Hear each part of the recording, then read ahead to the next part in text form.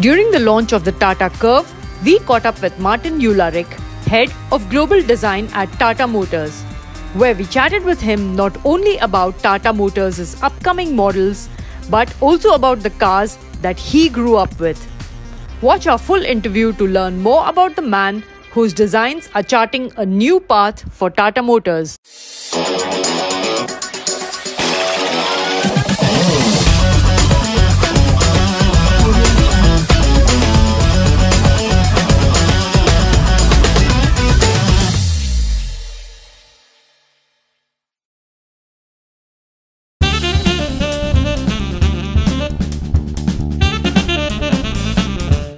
Hello and welcome to Turn of Speed, Martin, and congratulations on the launch of the Tata Curvv. Thank you. Martin, I'd like to start off by asking you about the new Tata Curvv. You've unveiled it at least, a couple of years back, and you've spoken at length about the new offering, Tata Curvv. However, now in its latest avatar, what can you tell us about what's changed? Because from last time, I remember that you had told us that almost 90% of it is going to go on the production model. That's right. And if you can throw some light on, how much of it has actually come onto it, or if you've added things or removed things. Yes. The better part of 2 years ago, we showed the concept, the idea that Tata Motors would consider a SUV coupe typology, and the response we got was terrific. At the same time, we were already designing it with production in mind. So it's a very expressive product. In many ways, it's a very emotional product. So the design is very fluid, and even the way you design it is very, very emotional. But I always, told the designers, I don't want to make just a dream. It has to become a reality. So then we've spent the better part of 2 years, putting it into production. And of course, when you put a product into production, there's a lot of work that goes into it, a lot of sweat. And some of the challenges are obviously making it producible, making it feasible, and at the same time, things like crash protection, things like a cost target to make it competitive, as you've seen, with our pricing, and make it usable. Because of course, the first read is it's a coupe. It's sporty, it's dynamic, it's emotional. But at the same time, it has to be usable. It has to be functional. The first thing you would design is the exterior, the roof line, the C-pillar. Make it look natural, make it look like it's flowing. It's almost uncompromised. But then there's another side to that coin, which is it's uncompromised in its usability. So can the people sit in the back row with comfort, with headroom, ingress, egress? Can the boot space be used? And then there's so many other layers of considerations that need to go into it. When I look at the concept, and I've had the concept and the production car parked next to each other, and fundamentally, I think we've delivered on the promise that we made, 2 years ago with the concept, right down to the color, which at the time was fundamentally a conceptual idea. It was just something to get people to look at it. There's an excitement to it. It had a lot of flip. It goes from a kind of blue to a rouge, highlight. And it was the next question is, okay, how do you do it? Because if you think about from a manufacturing process, when you're putting a car through a paint line, the show car was painted several times to get that effect. That's not feasible for, a paint line where you're producing a car every couple of minutes. So how do you get that effect into a color that, you can deliver, manufacture on time, on cost, and so forth. So even something like that was a challenge.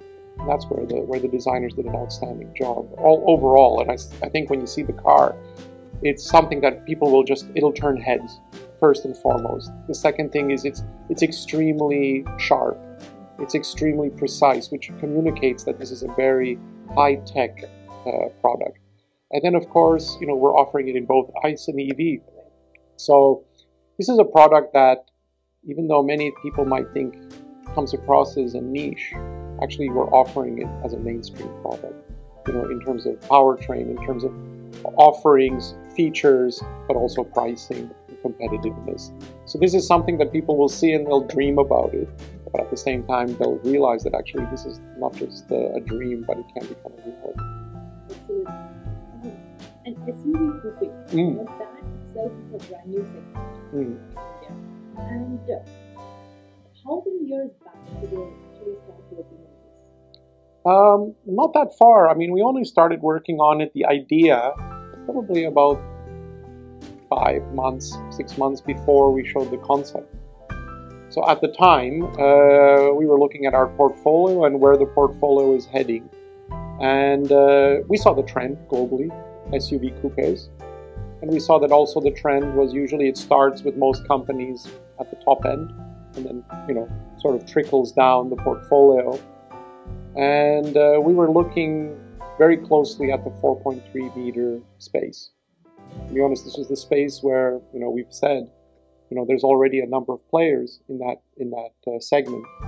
So we had to do something different, something unique that would set it apart from the others, and again offer an X factor. And that X factor is the emotion, this coupe aspect to an SUV. And we thought this is a product that we want to make not exclusive if we had offered it in a higher segment, but actually more mainstream. So we thought it's perfect, for us. And actually, we have a tradition of being innovators in the market. Most of our portfolio were, in many ways, creating a segment or creating a market. And so, with a lot of analysis, of course, we feel like this is the right product in the right time, in the right space.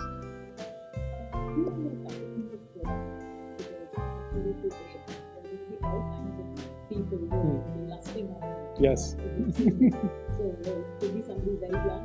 Yes. It could also be somebody who wants to retire for good time. I think it has a really broad spectrum.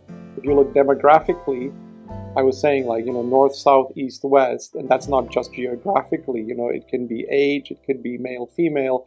We were looking at creating a product that was aspirational, whether it's a person who's a successful, single person, man or woman, and this is the perfect avatar for them, represents, their principles. But like you said, it could be an empty nester couple, it could be a couple going, this is the time to enjoy, relive our youth, YOLO, So there's so many opportunities that we saw that, this product can appeal to. Like I said, in the end, it's an emotional product. That's timeless, from a, demographic point of view. Martin, I'd like you to tell us a little bit about how you, design-wise, been able to segregate the ICE as well as the EV for our viewers. ICE and EV, this was an EV design product first. In many ways, the idea germinated. In fact, we were looking at our EV portfolio and we were going where would we go with it? Coupe silhouette, in many ways, communicates a certain sleekness and a certain efficiency, which is in many ways a byword for EV design. And so, less cooling requirements on the front. Aerodynamics plays a huge part in terms of increasing range, in terms of increasing that overall perception of efficiency, and also that this is not an analog product, but it's a digital product. So whether it's on the exterior or the interior, but at the same time, we knew that we were going to create an ICE version of it. So again, you have to find that sweet spot between change and differentiation, but also change content, because of course there's a price tag. So it's a balancing act between really rational discussions, going where do you get the most bang for your buck in terms of, maximizing that differentiation. But I was looking on the stage today, to the left and to the right, and I know that, what is the change, but I was looking at the EV and I was saying to myself, actually, it really does communicate that this is an EV vehicle. On the road, it will clearly be identified, as an EV product. And it seems to have its own character. And the ICE, of course, is catering to a different market and a different customer and so forth. So I think, they've been very successful, the design teams, in just generally developing this. What is your favorite the EV and the ICE design? Yeah, I mean, to be honest, regardless of which powertrain, my favorite view is the rear three-quarter. It's just the right balance, everything is coming together perfectly, in terms of just the lines and the proportion and the balance. And it was a real challenge because the reality is 4.3 meters is still pretty tight to create a coupe. you know, to make it look natural, to make it look like it's effortless, and at the same time offer that practicality aspect. So that's my favorite thing. I'm very proud of the flush door handles. You know, that was something that we fought for. We really believed in. I think it sets it apart. And the tailgate, I was in the second car when we were driving it on stage. I was just looking at the EV in front of me, and you know, the tail lights. The car looks extremely simple and wide, and it has a real sporty feel. Like the tail light looks like a spoiler itself. So in general, I'm very proud of the way the design has been executed. I was curious about the EV and charging port and the what's the thinking behind that? When we were looking at that location, we were considering a number of factors, but ultimately we realized that, you know, we felt like there was an opportunity just to see if the, you know, having it on the nose actually reduced, you know, complexity from where you're charging it from a kind of location. And we were thinking about where chargers are, you know, in the overall ecosystem. You know, when you're at home, when you're driving, when you have a shared charging port and so forth. So we felt this was a really good way to locate it. In terms of like potential damage and all that, we did a lot of investigation. It's well behind, you know, the bumper and first impact zone or anything like that, if by any chance you did have, you know, any collision. What is the next thing that is happening at Tata Motors? Something that the youth can look forward to? Ooh, the youth. Well, I think everybody will get excited by what we've got in the pipeline. I mean, we've previewed already 3 products, you know, sequentially that you'll see over the next 2 years, you know, literally the next 24 months. All those products are already, what we would say in design, pencils down, so they're done from our design point of view. All 3 will just keep raising the bar, not just from a design point of view, but in terms of the product offering. I think there's some really emotional, you know, things coming. And there's some things that are going to like blow people's minds. And actually in the design studio right now, I mean, we have products that are earmarked for 27, 28, 29 already, you know, on the shop floor. I can't tell you what they are, but at the same time, they're really exciting. Some of them are nameplates that we know. Some of them are nameplates that, you know, don't exist in our portfolio yet, but will really get people's pulses going. So the Curvv is just the Curvv is just the appetizer. Oh, lovely! That's great. Okay, can you tell us a little bit about Alia? Yes, I mean, yeah, that's a definite passion project of ours. I think people will be very impressed when they see it. I mean, it's like I said, more or less done. From a design point of view, it will not disappoint in terms of what we showed as a vision. It'll raise the bar of how people see the company, without any doubt. And it'll take us into a completely new territory. First as a pure EV, you know, a Gen 3 product, in terms of segment and in terms of overall product offering. Completely, you know, sky's the limit vision. And it really shows the ambition of the company. In many ways, it's our moonshot. Talk a little bit about the Tata Curvv. Most Indians are waiting for it very, very soon. Yes. Tell us a little bit about what's happening. Yes, that is more or less done. We are now prepping it. I mean, it is, you know, a couple of months away, but the reality is, you know, we're, you know, finishing it now as a, you know, product. And for me, you know, I didn't grow up with it as a product. But at the same time, it was the product that, when I, you know, looked at the company, most interested in me. So it clearly has something, you know, even for, I would say, an outsider. And to be honest, of all the products that I've worked on, it's the one that I have the most investment in, because you have to fight. To, you know, it's been a long journey to come here. You know, we showed the original concept in 2020.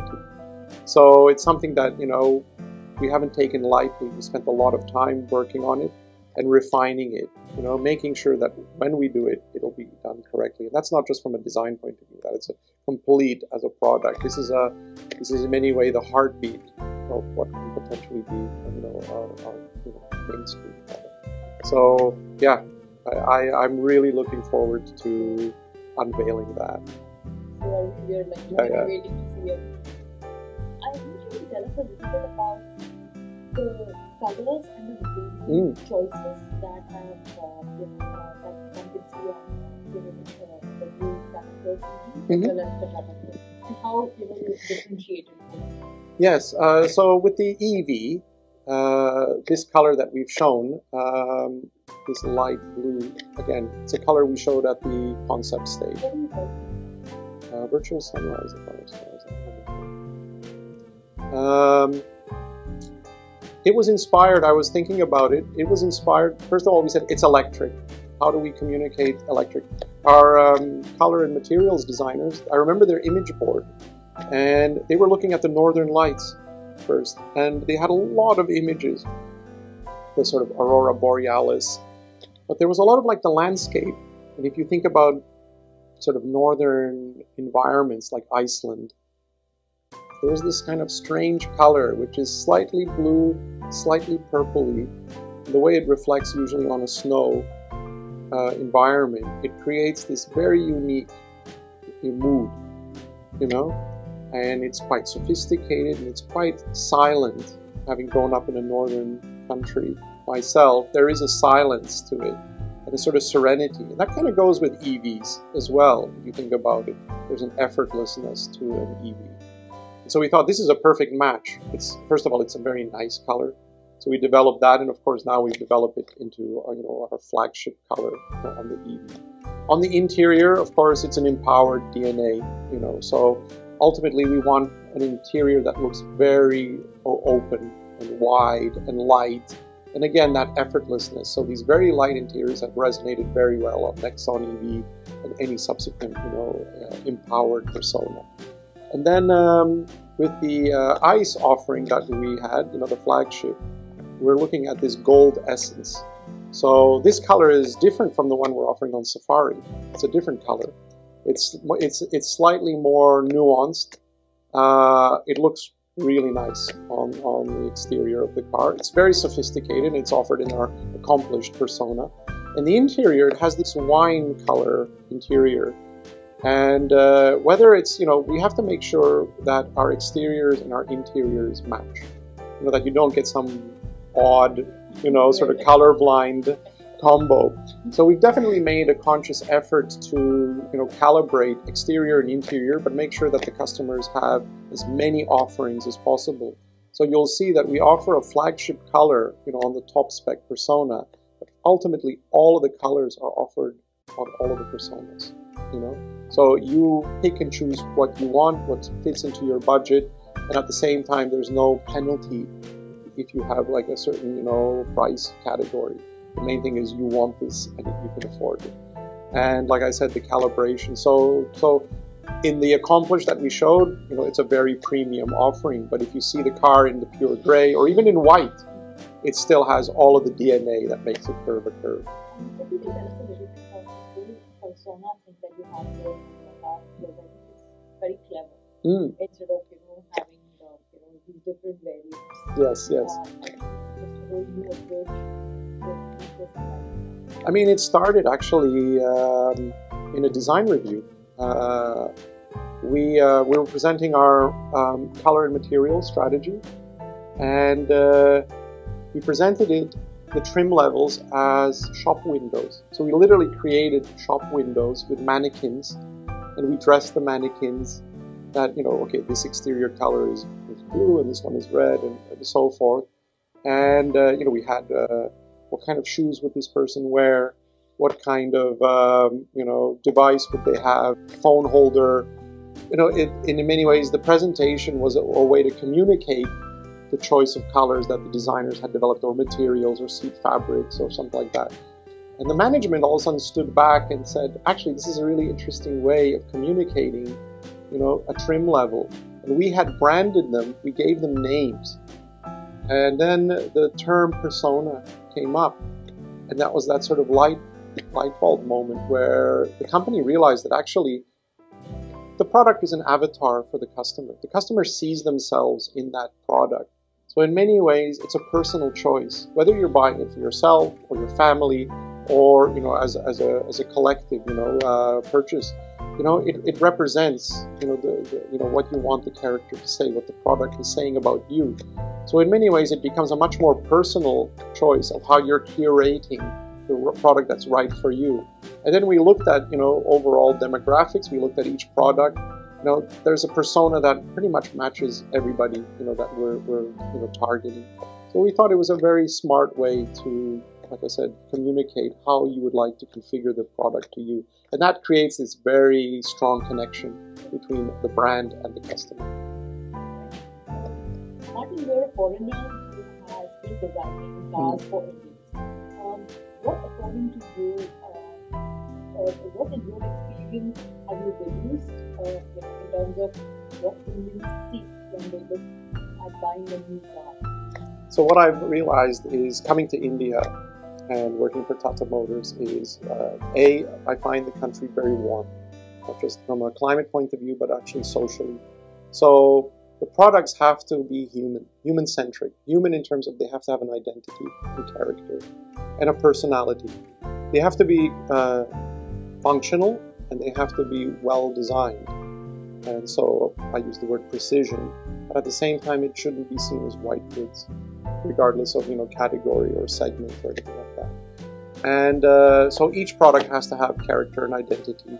It has to be emotional, and it has to communicate that each model in the portfolio is part of a portfolio, and it's part of a family.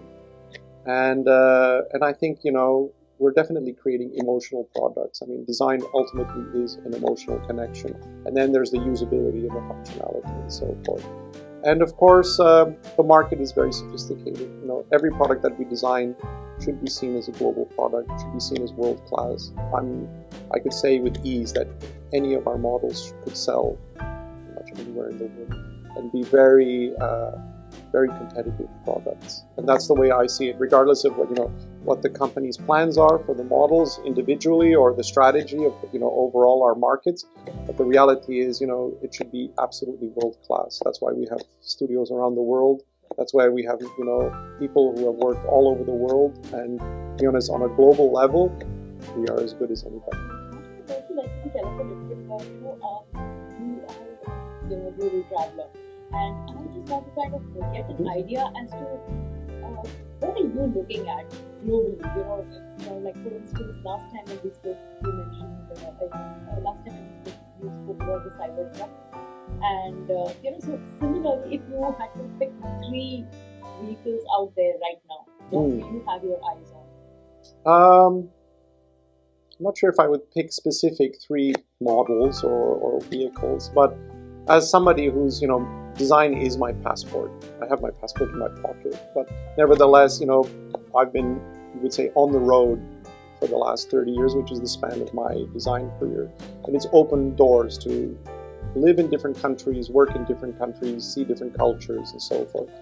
And ultimately, my inspiration comes from everything. And, as a creative person, as somebody who's a design aficionado, and believes in design as actually a change for better.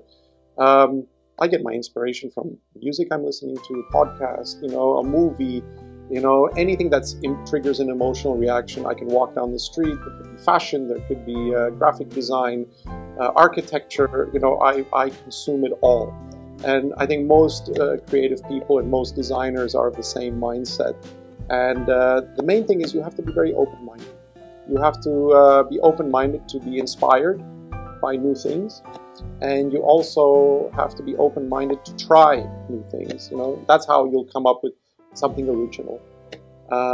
So yeah, I mean, it's a terrific job, which has opened up so many doors. So I would never have thought when I started that I would end up doing this. What were the cars that you grew up with? Seeing, loving, driving. I grew up in what you would call a petrol head family. My father was a huge car fanatic, and so was my uncle. And we watched Formula One on TV every second Sunday. I was taken to Formula One when I was 8 years old. So I grew up in that sort of passionate culture about automotive. And I mean, growing up, any sports car, any supercar, you know, my bedroom was covered with wallpaper of, you know, all of the things in the 1970s, you know. And I was consuming magazines non-stop, which I still have at my mother's house. And, you know, like any young boy, you know, Italian supercars, you know, from the 1970s, you know, would be everywhere. And then, of course, you know, later on, when I got my driver's license, hot hatch, you know, the sort of boy racer that was very much through my 20s. Italian again? No, Japanese, you know, so, you know, really like performance and, you know, a spoiler and that sort of stuff, you know. And so, you know, you have different eras in your life as you're growing and, you know, you start to appreciate. So cars have always been a passion of mine, you know, and have always been a passion in the household, you know. And you also had this great love for Caprio. Yes, I've always had a Caprio on my driveway, you know. I can never remember, since I'm driving, not having a convertible. Any aspirations out there to be? Oh yeah, I have Designers as well. well, I have an aspiration list in terms of way beyond my budget, you know, which is whether it's classics, you know, that are on my, you know, sort of, you know, wish list. And, you know, if I look on my phone, you know, a lot of people follow, you know, certain like sites, you know, so I have like, you know, stars next to like, you know, constantly showing me if something's on the market, and I'm sharing it with my brother, you know, friends and stuff like that. And yeah, I mean, there's, you know, it would not end. The only argument would be with my wife of where are these cars going to park, because every time a new thing comes on our driveway, it's a discussion point. Like, you know, what is this? I'd like to say that I've passed that on to my daughter as well, this passion. So she's 16 and she's just gotten her provisional driver's license. And so yeah, it's great to see that. Great. So lovely chatting to you, Martin. You too. Thank you so much for your time, and we'll see you very soon. Thank you.